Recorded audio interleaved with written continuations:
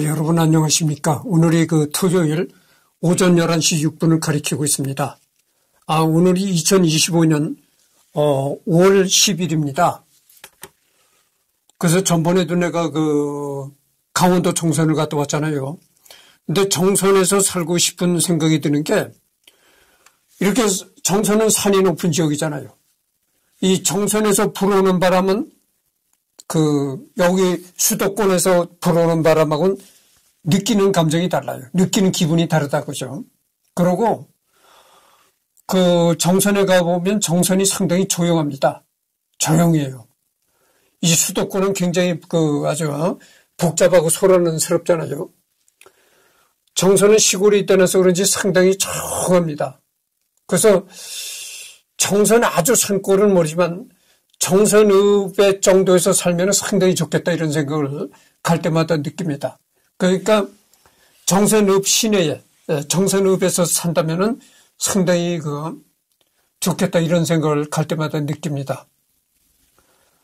그러나 정선에 가서 살면 내가 정선에 가서 농사 지을 그런 여건도 안 되고, 또 잡이 있어야, 전번 시간에도 얘기를 했지만 잡이 있어야 소득이 생기고 그래서 살아갈 수 있는데, 그런 여건이 되지 않으니까 마음만 살고 싶다, 이런 생각을 갖는 것이지 현실적으로는 불가능하다, 이런 말씀을 드립니다. 그리고 내가 이쯤에 빌 게이츠를 하잖아요. 근데 어느 신문에서 보니까 빌 게이츠가 이런 말을 했다고 합니다. 부자로 죽는 것은 가장 수치스러운 일이다. 나는 죽기 전에 내가 가진 재산의 90%를 사회에 기부하겠다, 이렇게 얘기했다고 합니다. 그래서 내가 좀 이런 걸 생각을 해봤는데요. 내가 여러분들한테 누누이 얘기를 했지만 나는 어려서부터 가난한 여건에서 태어났고 자랐다, 이런 얘기를 했습니다. 그래서 나는 가난하고 어려운 여건에서 자라나서 그런지 나는 생각이 이렇습니다. 나는 어떤 생각을 가지고 있냐면은, 여러분, 우주가 아무리 넓다고 하더라도 그게 무슨 소용입니까? 우선 내가 있어야 우주도 의미가 있는 것이고, 그렇잖아요. 아무리 대한민국이 중요하다고 해도 내가 있어야 대한민국이 의미가 있는 것이지, 내가 죽어 없어진 후에는 대한민국이라는 게 별 의미가 있을까요? 혹시 내가 자식이나 손주가 있다면은, 내가 죽어서라도 우리 손주가, 우리 이 대한민국에서 살아가려면 대한민국이 영원히 발전을 해야지, 이렇게 생각을 하겠지만, 나 같은 경우는 그렇지 않단 말이죠. 자식도 없고 손주도 없기 때문에 내가 죽어지면 끝인 것이죠. 그러니까 내가 내 한 몸 죽어지면 이 넓은 우주도 의미가 없는 거고, 우리 대한민국도 아무런 의미가 없는 것이다, 이 말이죠. 그러니까 내 얘기가 결론적으로 뭐냐면은, 이 우주의 중심도 나고, 그렇잖아요. 이 대한민국의 모든 중심이 나다, 이겁니다. 내가 있고 나서 대한민국도 귀한 것이고, 내가 있고 나서 우주도 귀한 것이다, 이 말이죠. 그러니까 내가 예를 들어서 빌 게이츠처럼 돈을 많이 가지고 있다?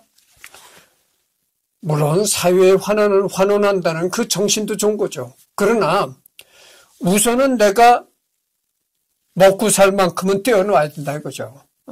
그러니까 내가 우주의 중심이라고 했잖아요. 내가 대한민국의 중심이다. 그러니까 내가 아무리 돈이 많아도 우선은 내가 살아갈 걱정이 없을 만큼은 떼어놓아야 된다. 그거죠. 그러니까 일론 머스크 얘기도 했었지만은, 일론 머스크가 740 몇 조라고 합니다. 그리고 이 빌 게이츠는 말이죠, 100 몇 조라고 하는 거예요. 그러니까 100 몇 조에서 90%를 사회에 환원한다고 할 때 뭐가 남겠어요? 한 1조가량이 남을 겁니다. 90%를 사회에 환원한다고 해도 1조가량 정도는 자기 몫으로 남을 거다, 그 말이죠. 1조면 충분하죠. 여러분들 1조면 어떻게 됩니까? 내가 뭐 이 계산이 좀 빠르지 못해서 그렇습니다만은 1조라는 돈은 말이죠. 억이 10,000개가 있어야 1조가 된다고는 생각하거든요. 그리고 어떻게 되겠어요? 억이 10,000개면은 뭐 자기 일생은 충분하잖아요. 그러니까 사회에 기부하는 것도 좋고 모두가 좋지만 우선은 자기 자신이다 이거죠. 자기 자신이 걱정 없이 살 만큼의 정도는 유지가 되고 그 다음 뭐 기부라든지 이런 걸 생각할 수가 있는 것이지 자기를 희생해 가면서 기부할 수는 없는 거다 이 말이죠. 2010년 워런 버핏 회장과 함께 더 기빙 플래지 캠페인을 창안했으며 본인도 서명하여 재산의 절반 이상을 사회에 환원하겠다고 약속했다. 2022년 기준으로 빌 멀린다 게이츠 재단에 누적 591억 달러 기부를 완성했으며 여전히 기부를 진행 중이다. 전성기 악착같이 돈을 벌어 실리콘밸리 악마라는 표현까지 들었던 그가 은퇴 후 보여준 행보를 보면 마치 기부를 위해 돈을 악착같이 벌었던 게 아닌가 싶을 정도. 아프리카를 비롯한 저개발 국가를 위한 그의 노력을 보면 더더욱 그런 생각이 든다. 덕분에 매번 노벨 평화상의 유력 후보로 거론되고 있다. 그래서 이 빌 게이츠를 보면은 그 상당 부분을 기부를 한다는 거죠. 그 기부왕이라는 겁니다.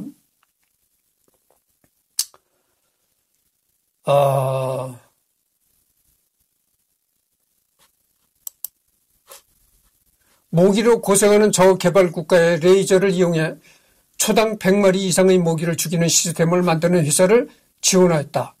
실제로 TED의 시연 영상이 올라와 있다. 너무 비싸서 일반인은 보지도 못하는 다빈치 노트, 파인만의 강의를 자기가 샀다. 그리고서는 주석을 달아서 일반에 거의 공짜로 공개했다. 골프를 하러 갔는데 어느 여대 대학생이 캐디로 할당이 되었었다. 빌은 그 캐디 신상을 사사시 캠으로 보며 관심을 보이지만 정작 팁은 안 주고 그냥 갔다고 한다. 그런데 나중에 확인해 보니 그의 대학 학자금 융자를 갚아줘 버렸다고 한다. 캐디. 이 빌 게이츠가 이 골프를 치러 갔었는데 캐디를 보더니 이 빌 게이츠가 캐디에 관해서 여러 가지를 물어보더랍니다. 근데 그렇게 여러 가지를 꼼꼼히 물어봐서 빌 게이츠가 부자고 하니까 팁이라도 두둑히 던져주고 가나 이렇게 기대를 했었던 모양이죠. 근데 팁도 한 푼 안 주고 가더랍니다. 그래서 야 짠돌이다. 속된 말로 짠돌이다 이렇게 생각을 했었는데 나중에 보니까 그 캐디의 학자금까지 그냥 갚아줬더라 이거죠. 그러니까 빌 게이츠는 그 돈을 벌어서 여러 가지 그 사회에 기부도 하고 선행을 많이 베푼다 이거죠. 에이즈 예방을 위해 성행위를 할 때 쾌락을 느끼는 만족감이 큰 콘돔을 개발하는 연구비에 거금을 내놓았다. 쓸데없이 고퀄리티냐며 웃을지도 모르지만 실제로 임신이 목적인 경우를 제외하면 콘돔을 못 챙겨서를 능가하는 미사용 이유가 느낌이 안 좋아서다. 그게 해결되면 에이즈 전파 경로 중 하나인 성적 전달이 억제되기에 에이즈 퇴치에 큰 역할을 할 수 있다. 또한 에이즈가 아니더라도 남자들이 콘돔을 기피하는 대표적인 이유가 앞서 말했듯이 느낌이 안 좋아서인데 여자 입장에서는 임신에 대한 불안감에 시달려야 하기에 쾌락을 느끼는 만족감이 큰 콘돔은 여러 가지로 이득이다.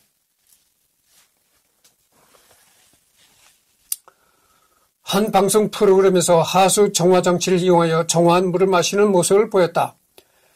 사실 지구촌 물 부족 문제의 원인 중 하나가 이런 물에 대한 나쁜 인식임을 감안하면 그야말로 노블리스 오블리지 실현이라고 할 수 있다.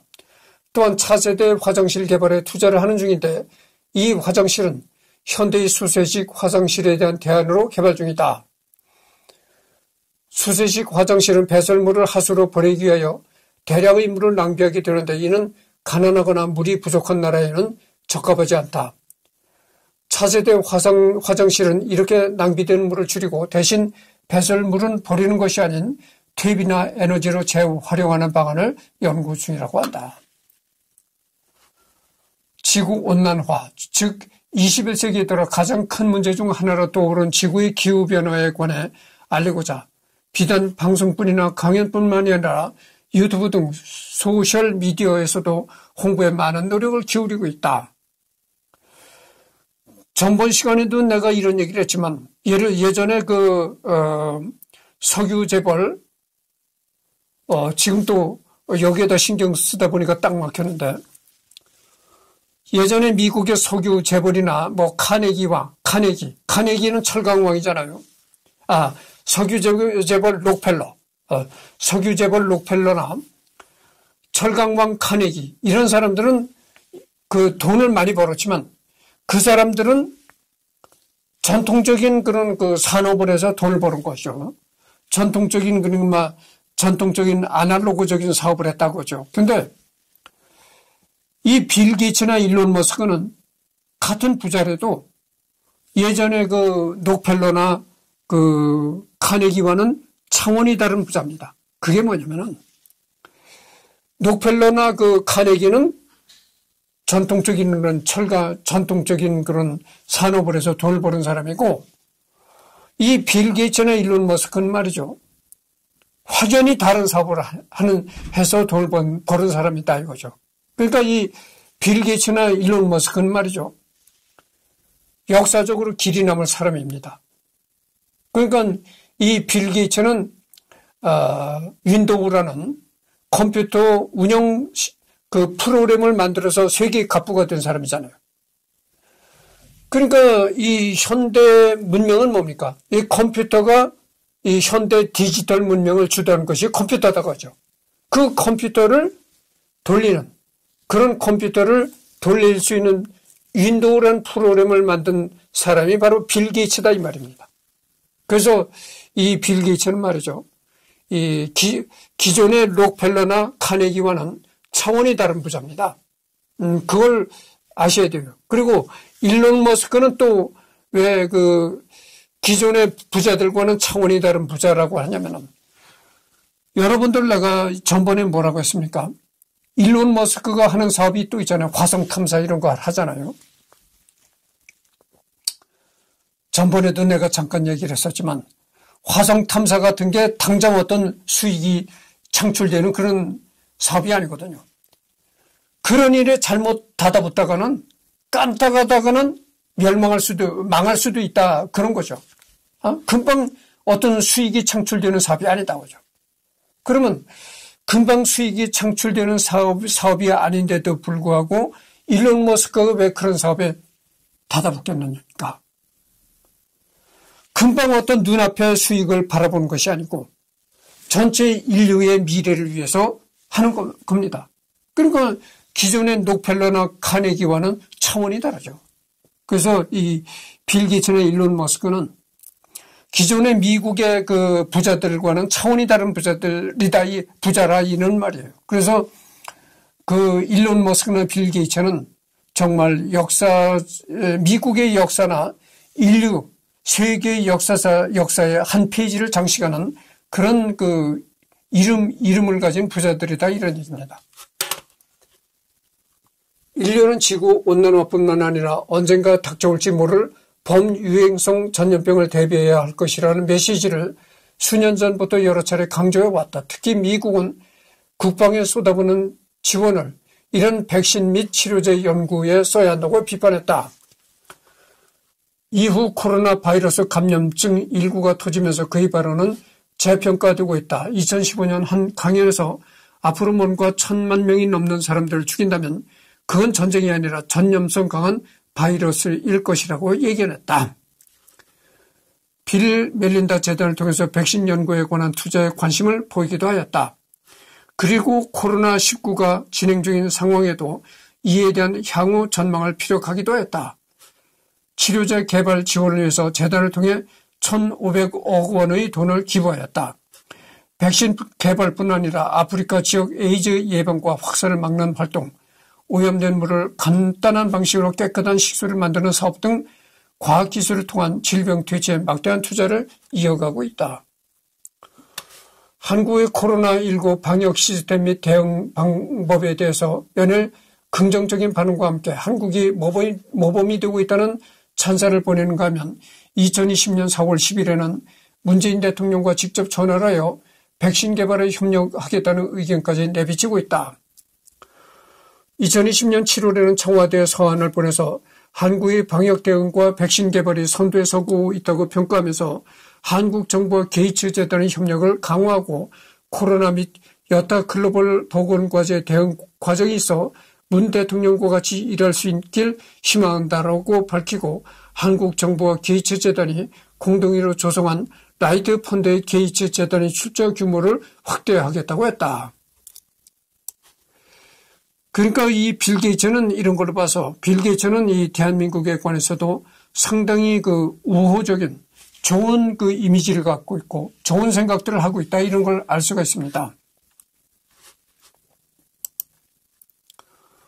2020년 4월 백신 반대 운동을 하는 페이스북의 한 유저로부터 시작된 빌 멀린다 게이츠 재단이 인도를 포함해 약 개도국 7만 7천 명의 여아들에게 임상시험을 통해 인유두종 바이러스 백신 접종을 후원했는데 부작용으로 인해 많은 수가 사망하였고 때문에 인도 당국에서는 재단을 고소할 계기다라는 허위 루머가 SNS에서 16,000회 이상 공유되며 논란을 일으켰다.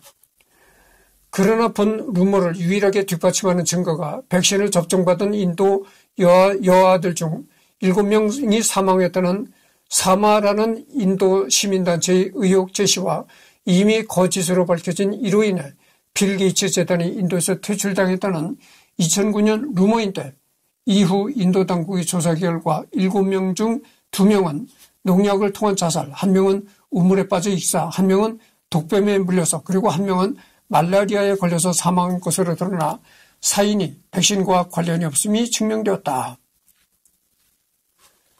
그 외 극한 발열로 사망한 1명과 뇌출혈로 사망한 1명에 대해 의혹 제기 여론이 끝까지 백신으로 인한 가능성을 추궁하였으나 전혀 연관성을 찾지 못하고 의외의 이유로 사망한 것으로 결론이 내려졌다. 오히려 조사에서 일부 피시험자들로부터 제대로 허가를 받지 않은 등의 부실한 시험 체계가 큰 비판을 받았다.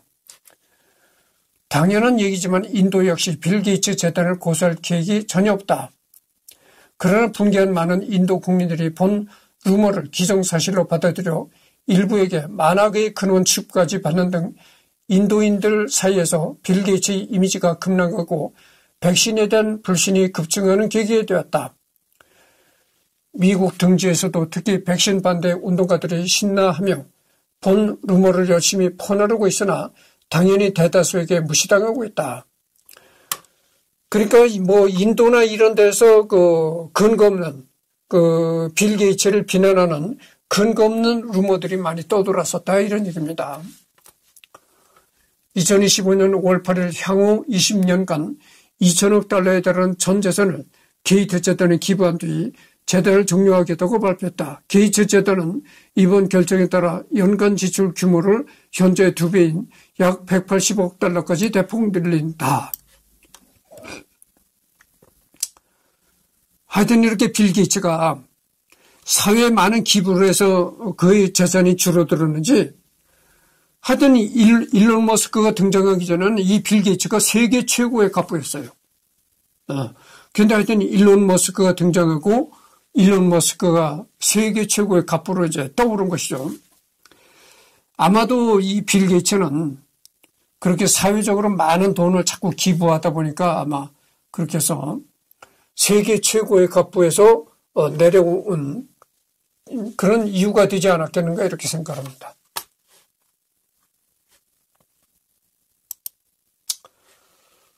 배터리 키즈 아니면 그냥 인도주의적 차원에서 형편이 안 되는 사람에게 당신의 제품을 집어가서 넘겨줬다고 가정한다면 게이츠 인도주의적 차원에서 은행의 돈을 챙겨 도망가는 거랑 다를 게 없네요. 그것도 인도주의잖아요. 돈을 낼 필요가 없는 세상이니까요. 비싼 제품이 있는데 아무도 그 대가를 지불하지 않으려 한다면 그건 개발되지 않을 겁니다. 결정하세요. 소프트웨어의 개발을 바라십니까? 바라지 않으십니까? 1980년 데니스 배터리 키즈와의 인터뷰에서 한 얘기라는 거죠. 본문 상단에서 언급한 취미가들에게 보내는 공개 서한과 마찬가지로 당시 횡행하던 배직의 불법 복제에 대해 말한 것이다. 현재도 적용될 수 있는 이야기라는 게 씁쓸하지만 킬달이 IBM과의 계약을 놓치자 그 기회가 게이츠 일행에게 굴러들어온 상황이었다. 다만 게리 킬달 문서에서도 언급했듯이 IBM이 방문했을 때 경비행기로 여행을 즐기던 중이었다는 것은 루머이다. 다만 빌 게이츠가 이런 말을 한 이유는 당시 디지털 리서치에는 이미 여유가 있던 회사이기 때문에 일정을 평범한 수준으로 제시한 반면 마이크로소프트는 당시 IBM PC 개발 시기에 IBM이 요구한 빡빡한 일정을 어떻게든 맞추기 위해 그야말로 엄청난 야근을 했다. 사실 어떻게 보면 지금도 별반 다를 바 없는 어느 정도 규모가 있는 회사와 당장 발등에 불 떨어진 스타트업의 업무 강도 차이일 뿐이지만 어쨌든 디지털 리서치가 IBM과의 계약을 거부한 이유 중에는 이 빡빡한 일정으로 인한 것도 어느 정도 포함되기 때문에 아주 틀린 얘기라고 할 수는 없다. 새로운 기술을 만들기 위해서는 약간 다른 것 이상의 무언가, 즉 새로우면서도 사람들의 상상을 정말로 사로잡는 것이 필요합니다. 머신토시야말로 제가 맥킨토시야말로 제가 이제껏 본 컴퓨터들 중 유일하게 그 기준을 만든 제품입니다. 1984년 맥킨토시 시연회에서. 참고로 당시 스티브 잡스는 맥킨토시가 아니라 애플 라이저를 밀었다가 대차게 빨아먹었다. 그 후 스티브 잡스는 맥킨토시로, 빌 게이츠는 자사의 윈도우로 지지 방향을 잡는다. 그리고 2015년 이연자가 되었다. 솔직히 말해서 1981년에 그렇게 결정했는데 10년 동안은 이만하면 자유롭다고 생각했습니다. 64K에서 640K로 넘어가는 건 엄청나게 오래 걸릴 줄 알았죠. 그런데 아니더군요. 사람들이 그걸 정말 문제라고 생각하기까지는 6년밖에 걸리지 않았습니다. 1989년 마이크로 컴퓨터 산업의 역사에 대한 연설 중에서 640kb면 모든 사람에게 충분한 메모리 용량이다라고 와전되어 알려진 발언과는 달리 실제로 한 말, 여기도 참고하자. 빌 게이츠 본인도 이렇게 640kb면 충분하다라는 왜곡성 발언이 퍼지는 게 짜증났는지 내가 멍청하거나 틀린 말도 몇 번 하는 건 사실이지만 그런 얘기 한 적도 없다고 밝히기도 했다. 그 위에 메모리에 대한 내용은 기본 메모리 문제 참고. 그러니까 아무리 영리하고 똑똑한 사람이라 하더라도 실수를 하는 법이죠. 실언을 하는 법입니다.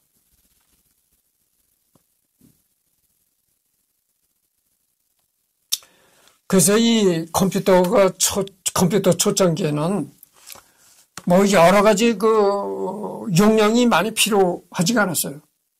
컴퓨터 초창기라는 것이, 컴퓨터 초창기의 컴퓨터라는 존재는 단지 타자기 정도로만 사용했다고 하죠.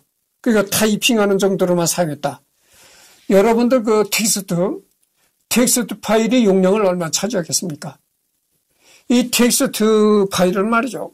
아무리 이 글자를 많이 타이핑한다 해도 640KB 정도의 용량이면 충분합니다. 그러니까 용량을, 이 타이핑한 텍스트 파일은 용량을 많이 잡아먹지 않는다. 그런 얘기죠.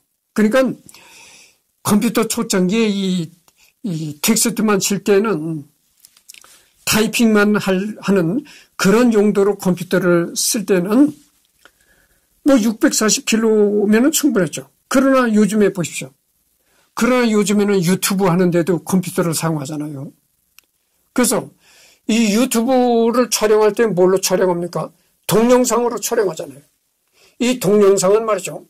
내가 지금 이 동영상으로 촬영해서 유튜브에 올리는데 한 번 촬영할 때 한 40분씩 촬영한단 말이죠.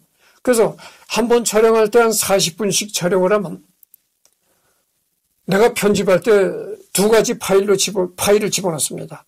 파일 하나는 컴퓨터 화면을 녹화한 파일이고 또 한 파일은 내가 지금 이렇게 녹화하는 이승열의 그 얘기하는 장면을 녹화한 파일이죠. 그래서 두 가지 동영상을 이제 편집하는 프로그램에다 집어넣고 편집을 하는데, 그래서 두 가지 파일을 동시에 집어넣고 편집을 하면 총 얼마의 용량이 나오냐면은 6기가.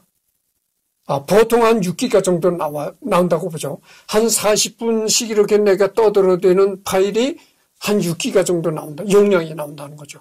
그래서 내가 한번 구글에 올릴 때, 유튜브에 올릴 때 6기가 정도 되는 파일을 업로드 시킵니다. 그건 생각해 보세요. 예전에 컴퓨터 초창기 시대는 단순히 텍스트 타이핑만 할 때는 640kB 용량이면 충분했지만 지금은 그게 아니다고 하죠. 지금은 뭐 테라바이트니 1TB가 얼마죠? 1TB가 1000기가다. 1000기가. 그렇게 뭐 지금은 뭐 100TB니 1000TB니 이렇게 나오잖아요. 그렇게 많은 용량이 필요하다고 하죠. 지금은 이 동영상이 이렇게 용량을 많이 잡아먹는 거죠. 그래서 지금 26분을 경과했습니다. 저는 아빠, 나는 언젠가 학교에 돌아갈 것이고 졸업장을 받을 거라고 항상 말했었잖아요. 라는 이 말을 하기 위해 30년 이상을 기다려왔습니다. 잠시 생각해 보십시오. 여러분이 일주일 몇 시간 혹은 한 달에 몇 달러를 어딘가 기부하기 위한 준비가 되어 있고, 또한 당신이 그 시간이나 돈이 어딘가에서 생명을 구하고 삶의 질을 극적으로 개선할 수 있는 곳에 사용되기 원한다면 그곳은 어딜까요? 아직 저는 낙관론자입니다. 불평등은 우리와 영원히 함께 있을 것입니다. 그러나 법잡성을 무너뜨리는 새로운 방법들은 이제 나온 것들이며 그 방법들은 우리가 우리 관심을 극대화할 수 있도록 도와줄 것입니다. 그리고 그로 인해 앞으로의 미래는 과거와는 다를 것입니다. 이 말은 이제 2007년 6월 7일 자신이 중퇴했던 하버드 대학에서 명예 졸업장을 받은 자리에서 졸업 축사 내용 중에 한 말이다. 이런 얘기입니다. 가짜 명언, 빌 게이츠가 했다고 잘못 알려진 말들이다. 가난하게 태어난 건 당신 잘못이 아니지만 가난하게 죽는 건 당신의 잘못이다. 이것이 빌 게이츠가 한 말이라고 흔히 알려져 있는데 그렇지 않다는 거죠. 빌 게이츠는 이런 말을 한 사실이 없다는 겁니다.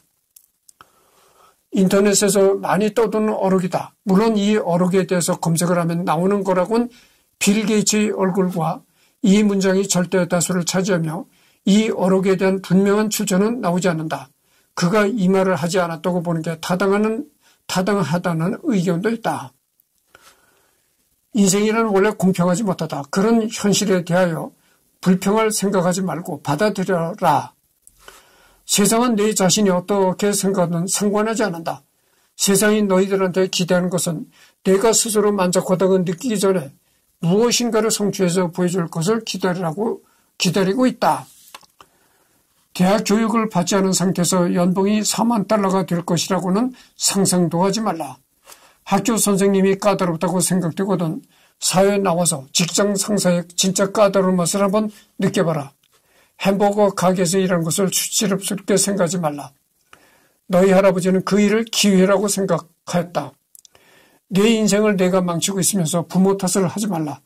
불평만 일삼을 것이 아니라 잘못하는 것에서 교훈을 얻어라. 학교는 승자나 패자를 뚜렷이 가리지 않을지 모른다.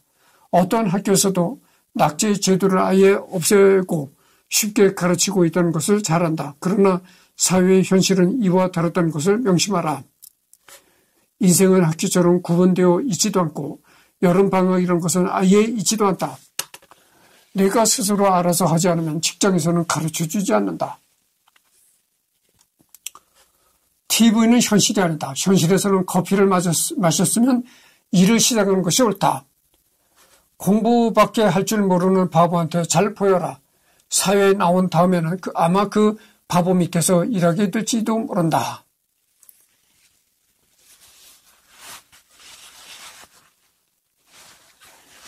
이 어록은 빌 게이츠가 마운틴 휘트니 고등학교를 방문해서 학생들에게 한 연설이었다고 그럴싸하게 알려진 바람에 꽤 오랫동안 정말 빌 게이츠의 명언 녹인 것처럼 잘못 알려져 있었다. 하지만 정작 빌 게이츠는 이 학교에서 연설한 적이 없다. 실제로 이 발언은 당시 후보 연구소의 연구원인 교육학자 찰스 사익스의 저서에 있는 이야기다. 2000년대 초반 빌 게이츠가 이런 말을 했다며 미국 인터넷에 거짓된 정보가 퍼졌는데 이 거짓 정보가 한국까지도 번역돼서 잘못 알려진 것으로 보인다. 실제로도 기회의 불평등을 이야기한 빌 게이츠가 저렇게 자기 개발서적인 이야기를 했다는 게 믿겨지지 않는 것도 있고, 당시 세번에서는 대학 교육을 중시하지만 빌 게이츠는 일단 사업에 도전해 볼 각오로 중퇴했기 때문에 사실과 다르다. 30년 뒤에 사람들이 컴퓨터로 이루어낼 놀라운 일이 기대됩니다. 그러니까 빌 게이츠가 하지 않은 말이, 빌 게이츠가 아닌 다른 사람이 한 말이 마치 빌 게이츠가 한 말처럼 이렇게 와전되어서 이렇게 소문으로 퍼지고 있다, 이런 얘기입니다.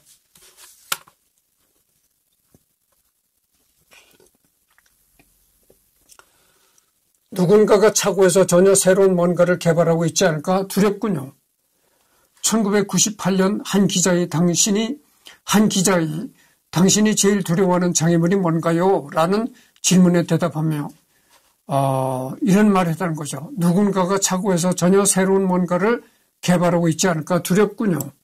이 말도 빌 게이츠가 했다는 그런 근거는 없다는 얘기죠. 출처가 불확실하다. 해당 발언들의 출처가 포브스 기사로 규결되지만 정작 빌 게이츠가 이런 말을 했다는 공식적인 근거는 없다.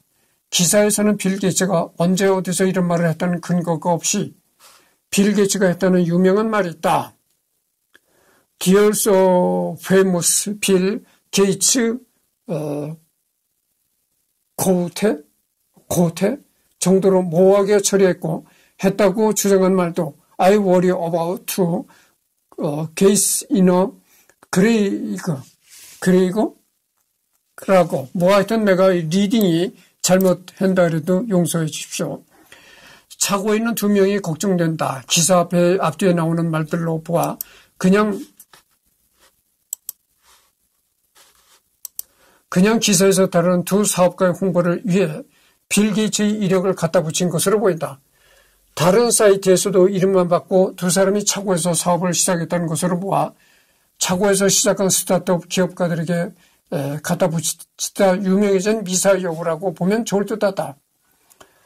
그래도 빌 게이츠와 폴 앨런이 엘버커키 차고에서 마이크로소프트를 창립한 것은 분명한 사실이고 애초에 차고에서 시작된 기업은 한두 군데가 아니다. 그래서 이렇게 빌 게이츠가 말하지 않았는데도 어떤 괜찮은 말이 있으면 이것이 빌 게이츠가 한 말이다. 이렇게 와전돼가지고 소문이 난다 이거죠. 그럼 왜 그럴까?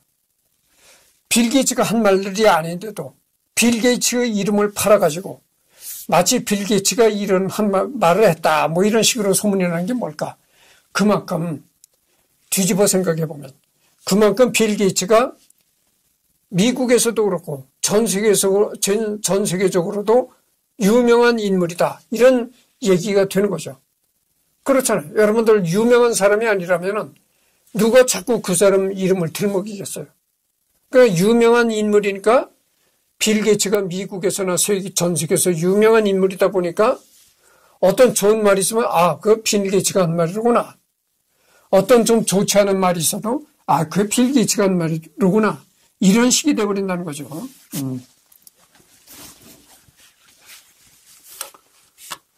그래서 다음에는 농담거리가 나오고 대중문화가 나오고 그렇습니다. 그래서 대중문화의 것은 생략하기로 하겠습니다. 그래서 기부와 선행을 했고 오록, 가짜 명언, 농담거리도 했습니다. 그다음에 대중문화는 그냥 지나치도록 하겠고요. 그 다음에 여담이 있습니다. 여담을 한번 넘어가 보도록 하죠. 여담. 이거는 이제 빌 게이츠가 어렸을 때 모습이네요. 1977년 12월 13일에 찍은 머그샷이다. 이 말이네요. 자동차, 특히 포르쉐의 열렬한 팬이며 특히 포르쉐 959를 상당히 좋아하는 것으로 알려져 있다. 유명한 일화로 포르쉐 959가 미국의 배기가스 기준을 통과시키지 못해 정식 인증이 나오지 않자 뒷마당에 수영장을 엎고 전용 서킷을 지으려고 했다가 아내의 극렬한 반대로 포기하기도 했다. 얼마나 극렬했냐 하면 심지어 이혼도 불사하겠다고 했다고 한다. 나중에 테슬라의 전기차를 찬양해놓고선 정작 자기는 포르쉐 타이칸을 샀다고 반농담으로 까는 사람이 있기도 했다. 젊은 시절은 집에서 일부러 늦게 출발하여 회사에 제 시간에 도착할 수 있게 과속하는 것을 즐겼다고 한다. 덕분에 회의에 많이 늦었으며 멜린다 게이츠와 사귄 계기도 자신만큼 회의에 늦게 온 멀린다에게 관심을 가지게 되면서라고 한다. 스피드광인 성격답게 승부욕도 강하다. 초능력을 가지게 된다면 경쟁자를 제거하는 능력은 절대 선택하지 않겠다고 한다. 이유는 너무 재미가 없어져서라고 한다. 현재의 일반인들에게는 각종 기부 및 선행들과 더불어 특유의 온화해 보이는 외모를 가진 그의 이미지를 생각한다면 상상하기 힘들겠지만 사실 90년대까지 즉 마이크로소프트를 한창 키우던 20대에서 30대 시절에는 상당히 악독한 보스였고 독재자스러운 이미지로 유명했다. 사원들이 차 번호를 외우고 주말에 회사에 나와서는 주차장을 체크해서 누가 주말에도 나와서 일하나 보는 진상짓을 하기도 했고 미팅 중에 사원들이 높낮이를 안 가리고 대놓고 소리 지르고 욕하는 게 일상이었다고 한다.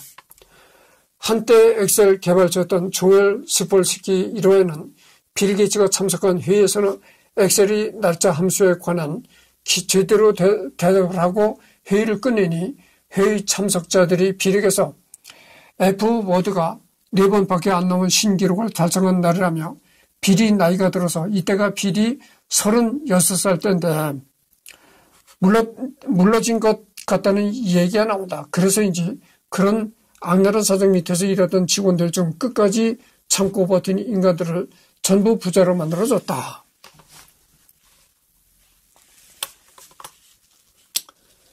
그의 악랄한 돈벌이 행위는 동업자 폴 앨런의 증언에서도 나온다. 폴 앨런이 비워지킨 림프종에 걸려 회사에 나오지 못하게 되자 게이츠는 스티브 발머와 쑥덕거리며 폴 앨런의 지분을 빼오려고 뒷작업을 하다가 이를 앨런에게 들키게 된다. 이에 화가 난 폴 앨런은 퇴사하고 자신이 자서전에 돈밖에 모르는 냉혈한이라고 게이츠를 비난하기도 했다. 같은 연도에 태어난 스티브 잡스와 여러모로 대비되는 라이벌이다. 빌 게이츠는 부유하고 엘리트 교육을 받았으며 가톨릭 부모 밑에서 자랐지만 스티브 잡스의 양부모는 부유하지 않고 고등교육을 제대로 받은 적이 없으며 불교 승려가 되려고 했지만 경영자의 길을 걸었다. 빌 게이츠는 다양한 하드웨어 호환 가능한 소프트웨어를 만들며 라이선스를 여러 제조사들에게 판매하면서 주로 기업을 대상으로 한 상품을 만들었다. 스티브 잡스는 엔드-투-엔드를 고집하며 소프트웨어의 라이선스를 다른 제조사에게 넘기지 않았으며 기업이 아닌 최종 소비자를 대상으로 한 상품을 만들었다. 전공학 학문이 문이과로 다른 만큼 경영도 상이었는데 잡스는 주로 아이디어나 경영 쪽을 맡았으며 추상적으로 비전을 제시하는 스타일인 반면 개발자 스타일의 게이츠는 잡스와 달리 경영인으로 완전히 전환한 뒤에도 직접 소스 코드와 함수를 보면서 개발자들을 관리했다.